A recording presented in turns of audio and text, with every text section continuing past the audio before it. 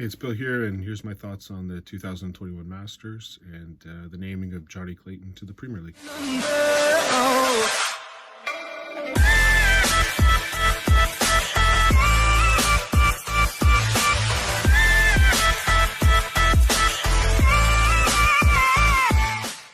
right, here's my thoughts on the 2021 Masters. First of all, quarterfinals, I went 3 for 4. I had the semifinals, just not the winner of the semifinals. Obviously, I picked Price and Wright to be in the final, and it ended up being King and Clayton. But in terms of the darts, quarterfinals, all 4 winners, outstanding performances. Obviously, the standout being Johnny Clayton coming back from 7-3, 9-6 down, and his amazing finishing, going 10 for 11 on doubles. That is insane. And then I thought James Wade played as well. Really good game to watch. The other one just had dominating performances. Mervyn King dominating, Gerwin Price dominating, Peter Wright for the first 5 legs. That is the best. What was he, 117 average after 5 legs, and then he didn't bring that out in the second one.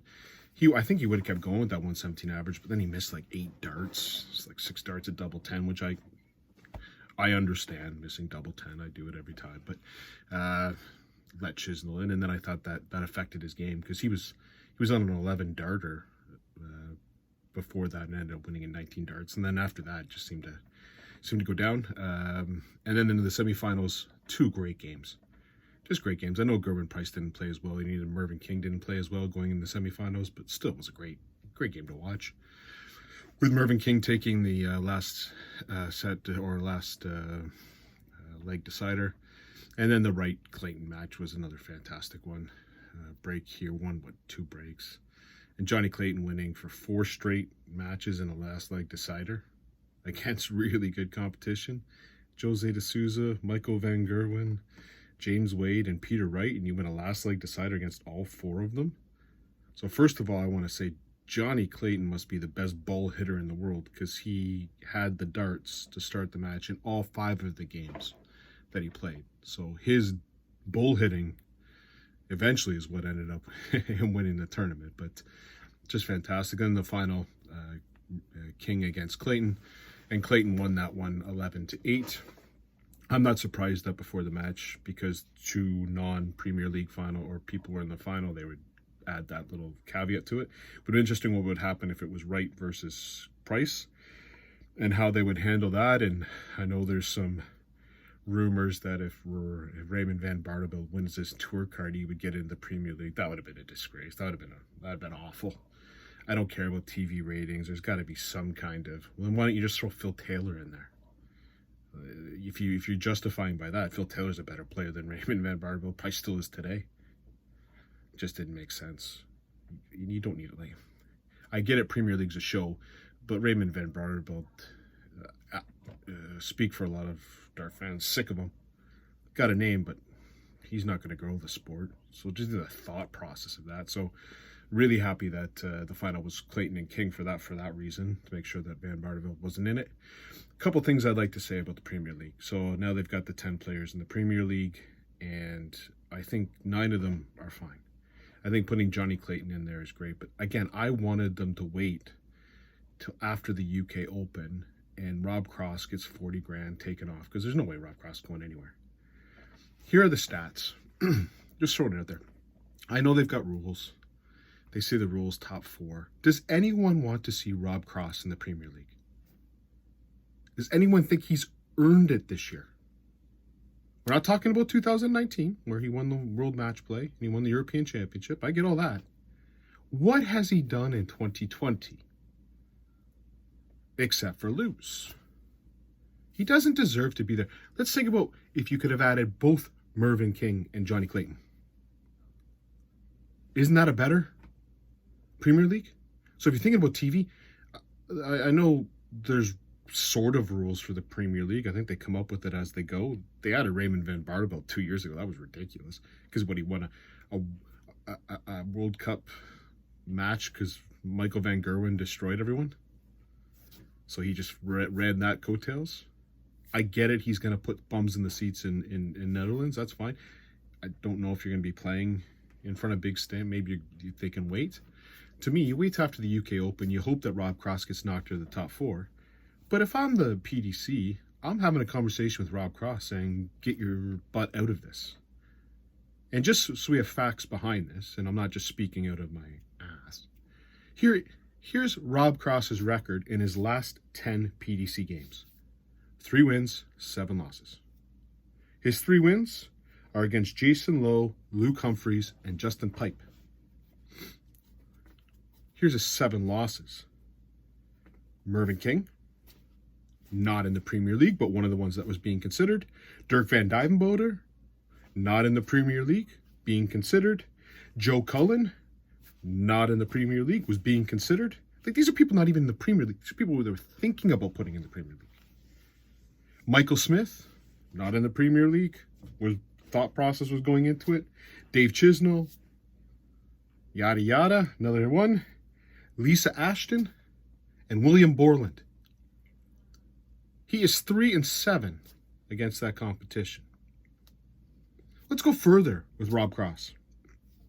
His last 10 games against people that are now in the Premier League. His last 10 games against people in the Premier League this year.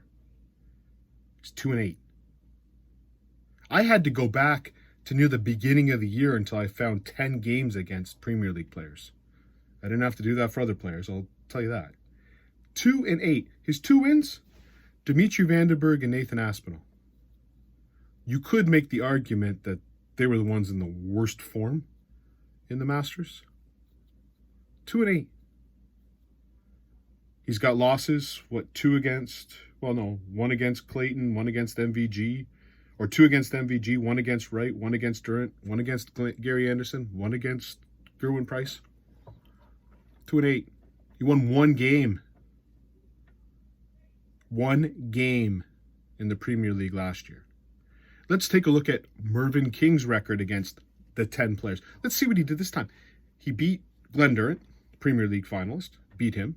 And by the way, Glenn Durant probably shouldn't be in the league, but I get that's a tough argument to have, to say don't put the Premier League winner can't defend his title. So I get that.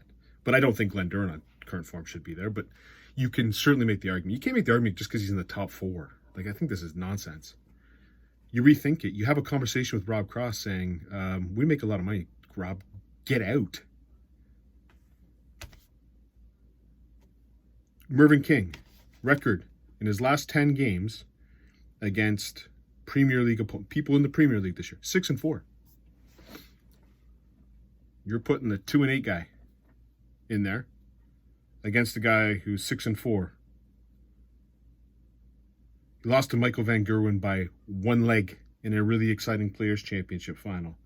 Granted, in the World Championship, he lost to Gerwin Price, the eventual winner of that. So 2 of those losses came against the eventual winner. You tell me who should be in the... Who would you rather have in the Premier League, Mervyn King or Rob Cross? Just ask yourself. Maybe you want Dirk van Dijvenbode. I don't know. He's beat Rob Cross. There's no way Rob Cross should be in the Premier League. There's no way. Take your rules. It's 2020. There's what rules are out there. Modify them. Get him out of there. Gary Anderson backed out because of a back injury. Maybe give Rob Cross hey, do it gracefully. He got an injury. But I'm telling you, Rob Cross in that league is going to go 0-10. Or whatever, 0-9, and be kicked out in regulation just like he was last time. For me, you're missing an opportunity. And maybe you don't even want Mervyn King. You can make the argument that Mervyn King might not be the person. You might want Dirk van Dijvenbode. You might want Dave Chisnell for the 180 hitting. You might want Joe Cullen for the 180 in exciting games. They're going to put better games on than Rob Cross. Anyone excited for the Rob Cross Dimitri Vandenberg game? Whew, that's going to be a beauty. Anyways, point is, Johnny Clayton won the Masters. Fantastic. He's in the Premier League. I really just think Rob Cross should not be in the 2021 Premier League. And I'm surprised that Darts or the PDC hasn't done anything to address that. But anyways, that's my video. Hope you enjoyed it. There's a bit of time off, but what I'm going to do is take a look at the qualifying or the 2021 qualifiers or getting your tour card. And I'll post the video up for, I believe there's 19 cards or 18 cards to be handed out in the UK qualifying round, and then 11 in the European. I'm going to take through the lists, and I'll do another video just before the event to say who do I predict will get those cards. We'll see how I do. By the way, in terms of betting over the weekend, I came out $28 ahead. $28.54 to be precise. So even though my betting, I think I went 500 in total, still pretty good. All right, hope everyone enjoyed the video. I will be posting that qualifier, or for the PDC, the tour cards, I'll be posting that in probably a week's time. Cheers.